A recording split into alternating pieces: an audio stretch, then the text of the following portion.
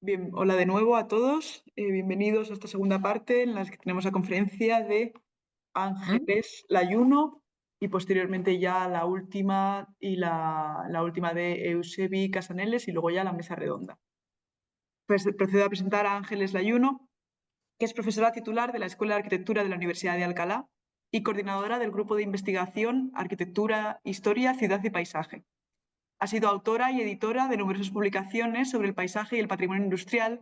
Entre ellas podemos destacar Minas de Plata de Hien de la Encina, Territorio, Patrimonio y Paisaje, de 2014, o Madrid, Capital Industrial del INI, Arquitectura, Transformación Urbana y Medios de Propaganda, que fue fruto del proyecto de investigación La imagen del Instituto Nacional de Industria del Territorio, Cartografía y Paisaje de la Industria.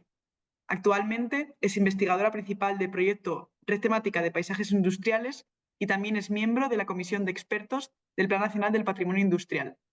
A continuación va a hacer su ponencia de título El paisaje postindustrial como paisaje habitado. Muchas gracias, María. Bueno, tengo los subtítulos activados. No sé si los activo yo o se han activado desde fuera, pero vamos, los estoy viendo. Bueno, pues voy a procurar ser lo más breve posible. Veréis que paso a veces las imágenes de una manera un poco rápida, para sobre todo ajustarme al tiempo. Bueno, en esta ponencia se parte de una investigación sobre el componente habitacional y dotacional que poseen los paisajes industriales. El componente habitacional, muchas veces resiliente una vez que se produce el cese de la actividad industrial, ¿no? Este fenómeno de la urbanización, de los barrios y las poblaciones industriales y sus equipamientos también forman parte de los procesos productivos, no solamente las fábricas o las centrales, y también son ingredientes fundamentales de la territorialidad y del paisaje y de la cultura de la industria de cada época. Y generalmente, tras el cese de la actividad, se produce esta ruptura de interdependencia sistema productivo habitacional, ¿no? Y eso provoca pues que ese tejido siga una evolución muchas veces desvinculada, ¿no?, de aquello que generó su origen. En, En la propia génesis de la ciudad industrial se emergió, ¿no?, esta tendencia crítica urbana, principalmente en Inglaterra y en Francia, ¿no? Las propuestas de los reformadores utópicos que reaccionan contra los desaciertos que las grandes ciudades había causado la revolución industrial, generalmente de tipo social y de tipo también habitacional, ¿no? Y con una fuerte impronta paternalista se promueve esa mejora del hábitat, del equipamiento, del espacio público, encubriendo esa búsqueda de la máxima rentabilidad de la producción mediante el control sistemático de los espacios y los tiempos de los individuos, de la racionalización de los itinerarios y de los espacios que desarrollaban estos eh, espacios. Desde el punto de vista patrimonial, poblaciones ligadas a la concentración fabril, a la construcción de líneas ferroviarias o a la explotación de recursos in situ, como los poblados mineros, son objeto de atención jurídica, administrativa y técnica, así como de planes directores y proyectos de intervención emprendidos por las diferentes administraciones públicas en todo el mundo. Tanto los asentamientos preindustriales como los asentamientos más recientes de los siglos XIX y XX. En España hay numerosos bienes de interés cultural, las diversas comunidades como barrios o poblados productivos. Algunos se han mencionado, Noelia los ha mencionado esta mañana en Sevilla, por ejemplo, Villanueva del Río y Minas, ¿no? O en Mieres, las viviendas del poblado minero de Bustiello, el poblado ferroviario de Monfragüe, o en la colonia Sedó, con este plan director impulsado por el Plan Nacional de Patrimonio Industrial y que tiene esta estructura territorial y que se concibió con esta estructura territorial y paisajística tan interesante, ¿no? A partir de aquí se plantean algunas reflexiones como la necesidad de valorar las actuaciones o las construcciones desde tres ópticas, desde el punto de vista urbano-territorial, desde el punto de vista arquitectónico, patrimonial y desde el punto de vista social y funcional. En, en cuanto en este esquema tenéis algunas cuestiones que parecen importantes. como la conservación de los, no solamente de los inmuebles y de los trazados, sino también de los valores ideológicos, ¿no? Y también de los archivos, ya que el concepto de paisaje o de paisaje postindustrial aplicado a estos organismos urbanos o tejidos urbanos o colonias o poblados o en sus múltiples nomenclaturas, también forman parte de un paisaje entendido como la suma de realidades patrimoniales o no patrimoniales, como la suma de elementos desde que engloba, que se engloban desde una categoría superior. En cuanto a la conservación de la memoria colectiva de los valores simbólico-ideológicos, parámetros que oscilan entre aspectos inmateriales de la cultura del trabajo o los perceptivos de la iconografía urbana de la industria rebasan el estudio puramente morfológico, morfológico o físico de la trama o de las edificaciones para alcanzar posibles claves de lectura simbólicas que tienen que ver con estas representaciones de la cultura industrial de cada etapa. En este caso, la ciudad industrial de Crespidada, en Capriate San Gervasio, en Lombardía, es un ejemplo excepcional de estos poblados obreros, es patrimonio UNESCO. En este caso es un poblado dedicado al sector del algodón y la fábrica y la colonia se construyeron en el último tercio del siglo XIX por los Crespi, por Benigno Crespi, ¿no? Quienes eligieron las orillas del río Ada como lugar donde construir esta fábrica, ¿no? La colonia en la actualidad, sabéis que conserva un trazado y se conserva con un nivel de integridad muy interesante y también las diferentes tipologías, no solamente los edificios productivos, sino las diferentes tipologías de viviendas y de equipamientos, las diferentes tipos de viviendas, el economato, la casa del propietario, que es un castillo, la escuela, la iglesia, el teatro, etcétera, ¿no? Debido a ese nivel de integridad es declarado por la UNESCO como patrimonio mundial, ¿no? Estos edificios, veis, residenciales, como una ciudad jardín, ¿no? Se desarrollan en una retícula ortogonal en forma de, con sus huertos, ¿no? Y si podéis leer, ¿no? Si podéis leer que yo no voy a leer para no demorarme más en la presentación, bueno, pues tenemos este espíritu, ¿no? de construcción o de representación a través de la construcción de la población de los ideales paternalistas, higienistas de este momento, ¿no? El Silvio Benigno Crespi hablaba de que estas viviendas eran la herramienta indispensable para crear una mano de obra afectuosa, ¿no? Evitando acabar con los trabajadores errantes deseosos de mayores ganancias, hablaba de la felicidad del obrero, etcétera. Otro ejemplo internacional, también declarado Patrimonio de la Humanidad por la UNESCO, en este caso recientemente en 2018, es la ciudad de Ivrea, en el Piemonte, en Italia, ¿no? Y con toda la labor de Adriano Olivetti al frente de su empresa, que supera esa dimensión técnica o financiera, cuyo progreso económico y proyección internacional alcanzó las más altas cotas, ¿no? Y para construir una auténtica cultura industrial poliédrica, ¿no? Que con esas ramificaciones en el campo de la arquitectura, del urbanismo, del diseño industrial, de la publicidad, de la planificación urbana, edición de libros, la sociología, la política, etcétera, ¿no? Es cuando Adriano concreta su pensamiento en el célebre texto L'ordine politico de la comunità, ¿no? A partir del cual se construye ese movimiento social comunità en 1948 con el intento de promover una articulación equilibrada democrática a la medida del hombre de las ciudades y el territorio, ¿no? En, en cuanto a la conservación de la ciudad industrial y valorización de la ciudad industrial, otra ciudad italiana, Schio, en la provincia de Vicenza, es conocida también por haberse convertido en capital de la industria textil hacia 1870, de industria textil de la lana, gracias al empresario Alessandro Rossi, ¿no?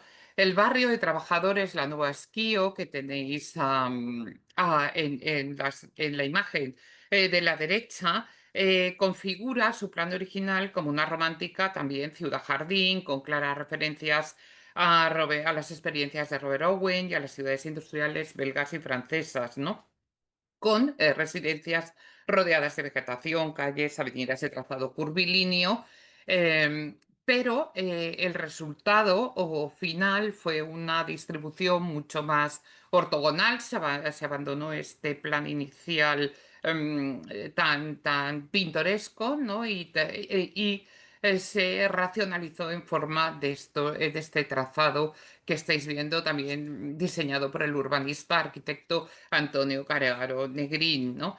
Y que representa un intento de hacer realidad esa ciudad ideal. Aquí estáis viendo los edificios productivos que se funden entre este tejido que es un tejido dinámico, ¿no? Es una ciudad que crece frente a Crespirada, ¿no? Que plantea esa idea más de protección integral o de fosilización de la ciudad industrial. En este caso es una ciudad en constante evolución, ¿no? Donde los restos industriales, todos esos vestigios van apareciendo en un tejido que se protege, pero a la vez también se dinamiza. En cuanto al barrio que nos ocupa, en cuanto al barrio que nos ocupa, las casas de los trabajadores han experimentado pues, las inevitables transformaciones. Este es un tema que quiero plantear para adaptarse a las nuevas necesidades habitacionales, entre ellas la sustitución integral de partes de edificios residenciales, donde el mantenimiento de la volumetría original se han adoptado, o sea, pese a ello, soluciones tipológicas o constructivas que son ajenas a las originales. También ha habido sustitución, como veis, de edificaciones, ¿no? También añadidos en la parte trasera hasta ocupar los espacios que originalmente eran huertos sobre elevaciones para guardar el coche, ¿no? O construcciones de tejadillos para diversos usos, ¿no? También la sustitución de revocos, etcétera, ¿no? Esta es la experiencia, que creo que es interesante, pues desde 1990 el municipio estableció un plan detallado para salvaguardar y reurbanizar la zona. El piano es un plan especial para la recualificación urbanística y ambiental del barrio obrero Alessandro Rossi. Y el plan está concebido, ahí lo tenéis, como un verdadero manual con vistas a orientar las intervenciones, también a escala edilicia. El manual proporciona indicaciones sobre futuras intervenciones en edificios según su importancia histórica, sobre reorganización interna de los alojamientos y para la decoración externa, indicaciones para reestructurar los espacios auxiliares, garajes, criterios también para sistematizar calles, recorridos peatonales, jardines, es decir, tiene una componente ambiental y de cuidado del espacio público. Pero a la vez existe pues, un fuerte realismo en cuanto a las propuestas, que no se trata de congelar ni de musealizar las situaciones, ni de volver al punto de partida, ¿no? Sino son unas indicaciones de cómo poder mantener eso que se llama los valores ambientales, ¿no? En el proceso aquí tenéis los revocos, ¿no? Toda la carta de revocos a partir de las edificaciones históricas que vienen en este manual. El proceso de valorización de la ciudad de Ivrea, volviendo a Ivrea, ha planteado también cuestiones de máximo interés, ¿no? Transferibles a otros ejemplos desde el punto de vista conceptual, metodológico, técnico y de gestión. Desde 1995 se produce la crisis de la industria olivetiana y la municipalidad encuentra que hay muchos edificios desocupados, las antiguas talleres de Olivetti que van a ser ocupados por nuevos propietarios como de Vodafone o Telecom. Italia, pero también la necesidad, por un lado, de revitalizar y por otro lado, de conservar, ¿no? De mantener la memoria. Se opera un proceso de catalogación de unas 300 edificaciones de la arquitectura moderna de Olivetti entre 1934 y 84. Pero esta primera catalogación fue fruto de un trabajo de investigación que llevó a cabo un programa, la Officine Culturale ICO, mediante el cual se proponía también la reconversión de esas zonas antiguas productivas hacia nuevos valores culturales. Y la primera aportación de esta, si queréis, reconversión hacia una cierta terciarización fue el MAM, ¿no? El Museo H. Aperto de la Arquitectura Moderna, inaugurado en 2001, ¿no? Con la colaboración de diferentes administraciones. Este museo, que se estructura, es un museo al aire libre, como un museo difuso, en un itinerario casi de 2 kilómetros a lo largo de la vía principal, la vía Gervis. Aquí a la izquierda podéis ver al fondo pues, el edificio principal de talleres de la Olivetti, y realmente consta de esa estructura interpretativa con los tótem que veis, esos puntos de interés que son paradas o estaciones que contienen esos paneles explicativos sobre edificios productivos, antiguas oficinas, el centro social, los comedores, las viviendas, por ejemplo, como podéis ver también en la parte superior, donde en este caso los paneles se alejan de una manera conveniente para no alterar, ¿no?, la vida cotidiana de la población que aún reside allí. Pero la protección patrimonial del conjunto se debía efectuar a través del ordenamiento jurídico del planeamiento urbanístico. La protección de la ciudad moderna en el marco del Piano Regolare Generale de Ibria se estructura a partir de la denominada Carta per la Qualità 2003, donde se establecen las bases reguladoras de la ciudad histórica antigua y moderna. Aquí veis el núcleo histórico, la parte superior, y todos los desarrollos contemporáneos que son fruto de los desarrollos olivetianos, de la industria de Olivetti. Y esta ordenación se hace a partir de una serie de parámetros, trascendiendo aquellas construcciones de valor singular para abarcar categorías patrimoniales que deben completar el significado del contexto, como los ambientes urbanos, los tejidos urbanos y los paisajes, aspectos básicos para entender un modelo de conservación integral a modo de un centro histórico difuso, ¿no? Sin el cual no podríamos hablar de ciudad industrial como la entiende también la UNESCO, ¿no? Estas estrategias de protección y salvaguarda implicaban contar con obstáculos derivados de que los edificios son de propiedad privada y en mayor parte todavía funcionando, algunos para fines para los que no habían sido construidos, lo que hacía más difícil la intervención de las administraciones y el diálogo con propietarios y usuarios, ¿no? En el 2013 se aprueba la normativa para estas intervenciones en edificios añadidos, que desarrolla criterios de salvaguarda, dividiendo también los edificios, como en esquío, en diferentes categorías según su calidad, o algunos es una restauración integral, rehabilitación ambiental, bueno, pues como sucede en el planeamiento, los planes patrimoniales. Estos aspectos son pertinentes también para la arquitectura, para todos esos barrios que habéis visto importantes, ¿no?, que están confiados a los mejores arquitectos del movimiento moderno, ¿no?, como Borgo Olivetti, Castellamonte, Cantón Vesco, que tenéis aquí, Cantón Viña, Bellavista, etcétera, ¿no? Esta normativa que para las intervenciones ha sido importante porque ha pasado de preservar, o también esa imagen fachadística de la ciudad, ¿no?, como un decorado de la vida cotidiana, para incidir en otros aspectos más estructurales, ¿no?, y que requieren una toma de decisiones y un consenso entre la administración municipal y los propietarios. Por ejemplo, los propios talleres ICO, cuya envolvente ha sido también restaurada en estilo escrupulosamente por el arquitecto Enrico Jacopelli, ¿no? También bajo la coordinación de Enrico Jacopelli, el barrio de Cantón Vesco, que es un barrio emblemático, se ha rehabilitado, se ha restaurado mejor entre 1998 y 2006, ¿no? Es un barrio que fue construido entre 1948 y 54 según un plan urbanístico elaborado por el arquitecto Annibale Fiocchi en 1948, ¿no? Es un punto importante, y también quería destacarlo, en el consenso sobre la restauración, los tonos de restauración de los revocos de las fachadas a partir de las fuentes orales y de la participación de la población local.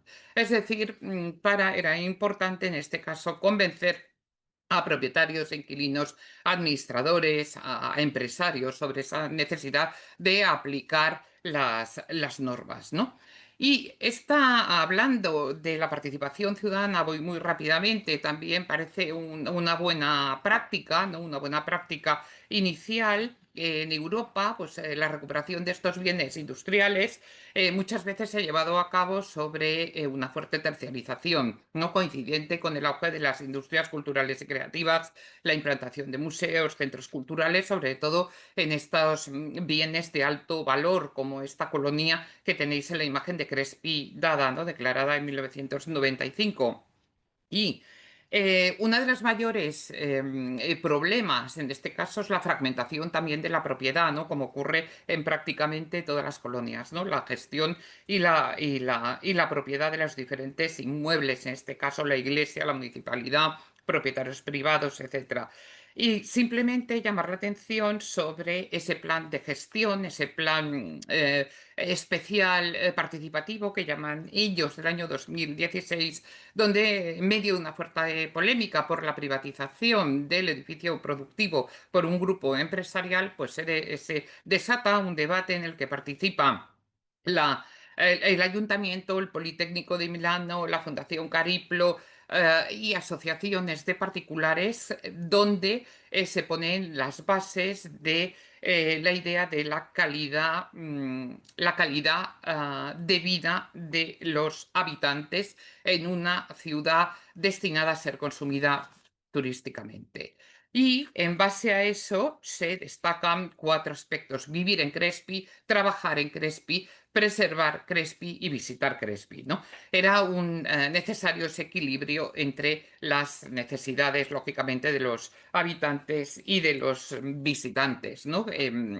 Siendo un sitio UNESCO. Y muy rápidamente os traía este ejemplo nuestro cercano, y es un ejemplo además del Plan Nacional de Patrimonio Industrial, donde y he utilizado el título Conjunto Urbano Industrial Nuevo Baztán, que es el título que el Plan Nacional de Patrimonio Industrial le tiene asignado a este paisaje urbano, hasta cierto punto fósil, para plantearos, sé que tengo el tiempo ya muy limitado y voy a ir un poco rápido para plantearos bueno, pues una casuística también de una población creada por la industria y una población que se conserva en su trazado y como paisaje sin elementos productivos, sin industria. Los elementos productivos han desaparecido completamente a lo largo de los siglos, ¿no? Del XIX y del XX. En fin, desde que muere Juan de Goyeneche en 1735, se produce ese declive de las industrias, que como sabéis fueron muy variadas industrias dedicadas a los paños para uniformes del ejército, pero también de velas, ceras, etcétera, ¿no? La fábrica de vidrios fue el experimento que precedió a la real fábrica de la granja, y fue un experimento, lógicamente, colbertista, igual que el suministro de los uniformes al ejército, con grandes exenciones por parte de la monarquía, pero también quería destacar esta cultura inmaterial muy poco reconocida, ¿no? También, que es toda la labor editorial del Marqués de Goyeneche, de Juan de Goyeneche, ¿no? Y simplemente esta traducción de este libro francés de la Economía General de la Casa de Campo, que fue traducida por Francisco de la Torre y Ocón en 1724 y además fue dedicada a Juan de Goyeneche, es un tratado de agricultura que ofrece también esa visión no ajena al pensamiento ilustrado y tampoco a las colonias del siglo XIX sobre la convivencia territorial de industria y agricultura, ¿no? Eh, en la construcción de esa nueva población se realizó según el proyecto, como sabéis, de José Benito de Churreguera, entre 1709 y el 13, y en la traza general, bueno, la traza general es lo más interesante. Aquí tenéis estas 2 imágenes. Ahora veremos otras aéreas donde vais a ver que hay muy pocas modificaciones en el trazado, que es uno de los elementos que protege el perímetro BIC. Consta de esas 6 manzanas originales, un palacio destinado a la residencia del fundador, ¿no? De Juan de Goyeneche, y con una iglesia como elementos principales y rotando en torno a este entramado las viviendas de colonos, los espacios productivos, hornos, oficinas, etcétera, ¿no? Y la hoy desaparecida fábrica de vidrios, que luego se convirtió en fábrica de jabones, la veis a la izquierda del camino. También esta litografía de Bernardo Blanco también nos empieza a sugerir, ¿no?, la idea de protección de vistas, ¿no? La protección del paisaje, la protección de las vistas, ¿no? Que están en las normas subsidiarias de planeamiento del lugar, ¿no? Eh, una segunda jerarquización muy interesante fue la jerarquización de las viviendas, ¿no? Desde el núcleo inicial que tenéis aquí, ¿no? El núcleo principal constituido por la iglesia y el palacio y todas estas plazas que gravitan, ¿no? Esas plazas que rodean al núcleo principal, como las viviendas van jerarquizándose según sus ocupantes, ¿no? Como es habitual en las ciudades de fábrica y así se conserva, ¿no?, hoy en día, ¿no?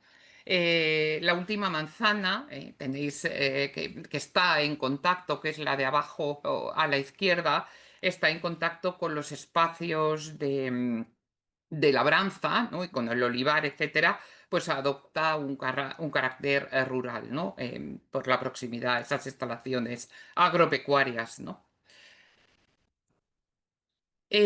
Aquí tenéis los campos, diferentes elementos. Hoy esos muros están restaurados, como el olivar, como la alquería, que forman parte del perímetro del Vic. Es decir, que una vez ese engranaje productivo de la población, ¿no?, imperan esos mecanismos también de una industria rural dispersa, como hemos investigado, ¿no? Sobre todo una industria dependiente de fuentes de energía que están alejadas del núcleo poblacional y también por la disgregación, ¿no?, la división de las diversas actividades productivas de la fabricación de paños, ¿no?, en este momento, ¿no?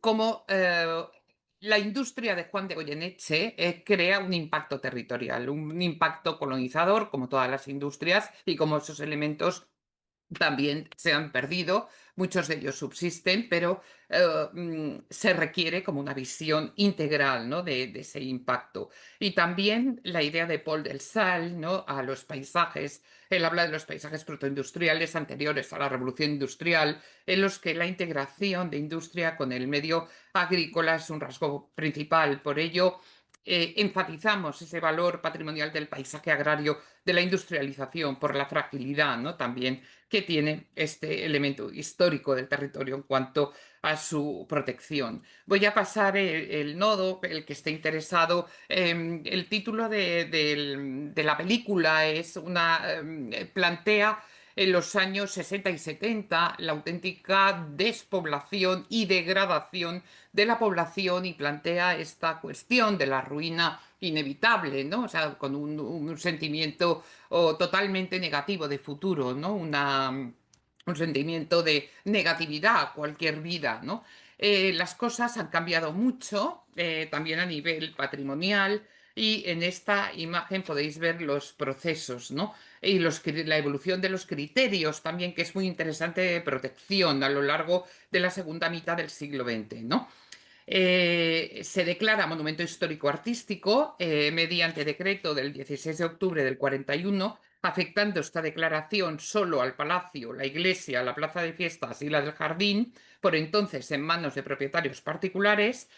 El proyecto de delimitación de suelo urbano y normas sobre uso del suelo y edificación para el término municipal de Novaztán del año 1977 amplía ese radio, calificando de suelo no urbanizable especialmente protegido un área mucho mayor que va hasta el Arroyo de la Vega y las dos áreas de olivares, que son fundamentales, ¿no? Además de las huertas del sector oeste de la población, en razón del excepcional valor agrícola, forestal, ganadero, de las posibilidades de explotación, los valores históricos y culturales, de equilibrio ecológico, etcétera. Y progresivamente se ha potenciado una mayor sensibilidad hacia el papel de los viarios y las parcelas que rodean el acceso porque vehiculan las vistas pintorescas y delimitan esos bienes patrimoniales como las huertas, como las cercas, los cultivos, ¿no? Tras su incoación en 1979, Nuevo Baztán ya es declarado BIC en categoría de conjunto histórico en el año 2000, de ahí la nomenclatura que le da el Plan Nacional, delimitando el conjunto protegido, lo veis a la izquierda, por un polígono irregular que incluye todo el casco histórico, ampliando el perímetro de protección a la finca posterior del palacio, el olivar, las cercas históricas, la alquería, el cuarto lote, el palomar y la fuente de la Almunia. Nos voy a contar ahora las amenazas, ¿no?, que en las décadas pasadas ha tenido este perímetro y que afortunadamente nos han llevado a cabo, ¿no? Como por ejemplo, la puesta en marcha, se proyectó en 2007, de un plan general de ordenación urbana que destruía completamente el perímetro, el trazado histórico, las vistas, los viarios, y convertía a Nuevo Baztán como una especie de ciudad dormitorio del sureste de la Comunidad de Madrid. Y por fortuna, pues fue paralizado a tiempo. Como veis, también el término municipal está ocupado, otra de las amenazas, entre comillas en este caso, cómo gravitan las enormes urbanizaciones sobre el trazado de la población histórica, ¿no? Los impactos ambientales, por supuesto, ha habido tala del encinar, de los campos de cultivo, del suelo urbanizable, por residencial, se han abierto nuevos viales, pero por otro lado, la disposición de las urbanizaciones se despegan de ese casco histórico. Actualmente, y vamos a las actuaciones ya muy rápidamente, las actuaciones se han llevado a cabo por parte del Ayuntamiento, no Baztán, pero sobre todo por la Comunidad Autónoma de Madrid, también por particulares, como vamos a ver ahora, ¿no? Si la idea es la conservación integral dentro de un concepto de dinamización, que esa yo creo que va a ser, pues, la clave del debate, ¿no? Conservar para transformar, como decía Miguel Ángel, y no puede ser de otra manera, no musealizar y no congelar. Tenemos distintas iniciativas o actuaciones en plazas, como la plaza que tenéis abajo a la izquierda, que es la plaza delante del Palacio. Daros cuenta que esta plaza, hasta el año 1989, que se hace cargo la Comunidad de Madrid del conjunto monumental, es propietaria del conjunto formado por la iglesia, el palacio y las plazas principales. Esta zona pertenecía a un banco, a una entidad bancaria, y esta plaza histórica estaba completamente tapiada. Por tanto, hubo un proyecto de ajardinamiento, de reajardinamiento, ¿no?, siguiendo o intentando seguir los trazados históricos, ¿no? Por otro lado, las normas subsidiarias de planeamiento municipal aprobadas en el 92 inciden en esa identificación, que es de la silueta urbana y de la calidad ambiental, ¿no? En esto el ayuntamiento sigue incidiendo, ¿no?, con la conversión de Nueva Baztán en una ciudad hasta cierto punto verde, ¿no? No he mostrado, pero es muy interesante, las sendas y las veredas que rodean el núcleo, donde aparecen en ruinas algunas construcciones de la producción industrial de la época original, ¿no?, del siglo XVIII, ¿no? Este plano sintetiza las actuaciones más importantes que la Comunidad de Madrid ha ido llevando a cabo por fases desde finales de los años 80 en los espacios que rodean el palacio. Tenéis ahí ese bloque, ¿no?, cúbico en torno al patio, con la iglesia anexa, ¿no?, que tiene un carácter más de capilla nobiliaria, y la Plaza del Mercado, la famosa plaza de fiestas, y la plaza, lógicamente, que no aparece en este plano, que es la plaza que hay frente al palacio que acabamos de ver, ¿no? En esta serie de actuaciones, destacar la conversión de una de las bodegas de Nueva Baztán por Juan Pablo Rodríguez Frade en el centro de interpretación de Nueva Baztán, ¿no? Es un espacio muy cualificado. Se inaugura en el año 2003 y se acometen intervenciones en que se recupera la antigua cubierta, que no se ve a la derecha, mediante una estructura de madera que se basa en el diseño original. Y por otro lado, se formaliza una estructura como una arquitectura dentro de la arquitectura que acoge los diferentes elementos museográficos, ¿no? Es como una caja que crea como un microambiente, ¿no? Formado por tablas de madera, ¿no? Que también muy sensible al espacio preexistente, ¿no? Que se restaura.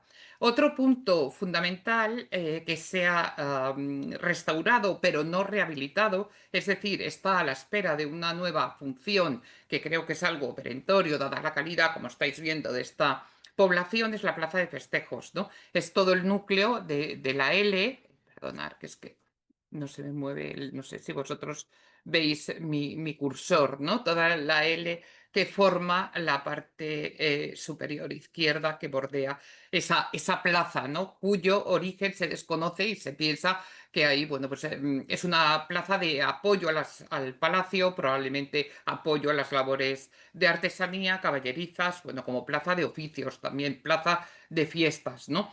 Esta plaza de festejos se lleva a cabo desde el año 2012 y se ha consolidado estructuralmente. Se han restaurado parcialmente esas casas de oficios. Veis el estado deplorable inicial y ahí el proyecto de la Comunidad de Madrid y los trabajos que han consistido en las excavaciones arqueológicas, demolición de elementos irrecuperables, en riesgo de derrumbe y el desarrollo de consolidación y creación de saneamiento y drenajes, ¿no? Parece muy interesante estas unidades, ¿no? de habitación que bordean esta plaza, veis las traseras, que tienen una zona de huertos, son unos elementos muy próximos a celdas monásticas, ¿no? Aquí veis también el resultado de esta recuperación casi en estilo, ¿no? De esta restauración en estilo, ¿no? Se ha intervenido pues, en los muros, en los forjados, bóvedas, pavimentos, etcétera. Estas son imágenes de lo que faltan, darles una función, lógicamente. Ha habido, como sabéis y conocéis, ¿no? muchas propuestas no llevadas a cabo. En cuanto a la actuación en el conjunto de Palacio, y paso muy rápido, en el marco de estas intervenciones, ¿no? se ha llevado a cabo una labor de media habilitación o restauración del palacio en la planta superior que no se ha terminado, ¿no? que está a la espera de una concreción también de uso, y en la parte baja del palacio se han habilitado estas salas como oficina municipal de turismo y como sala de exposiciones, ¿no? Y bueno, aquí tenéis la escalera, la escalera barroca con esa cubierta también de bóvedas con estos recercados del barroco castizo.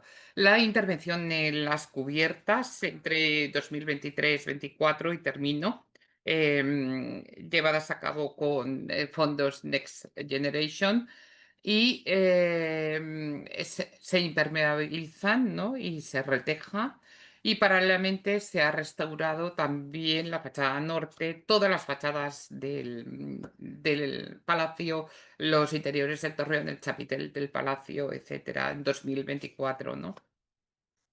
El patio, sobre todo lo que afecta al pavimento, que estaba bastante, toda la solera de hormigón en estado de degradación avanzado, ¿no? Estamos en la planta baja donde están esos usos, ¿no? Entonces, fijaros que esto es muy lento porque fijaros que estamos hablando de un BIC, ¿no? De un BIC en el plan nacional y que la recuperación, bueno, es con cuentagotas, ¿no? En fases con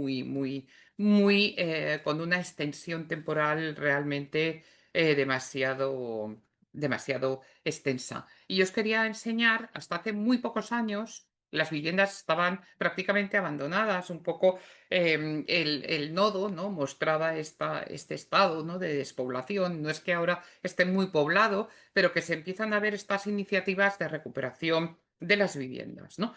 Pero también se plantea un tema de la adaptación que yo planteaba también en el Astrap, sobre cómo em, regular a través de algún plan especial ciertos límites a las intervenciones en las viviendas particulares, ¿no?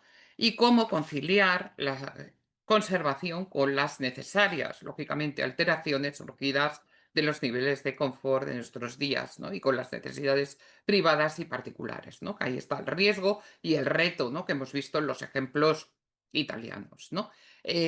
Consiste en hacer un fachadismo, musealizar un elemento, etcétera.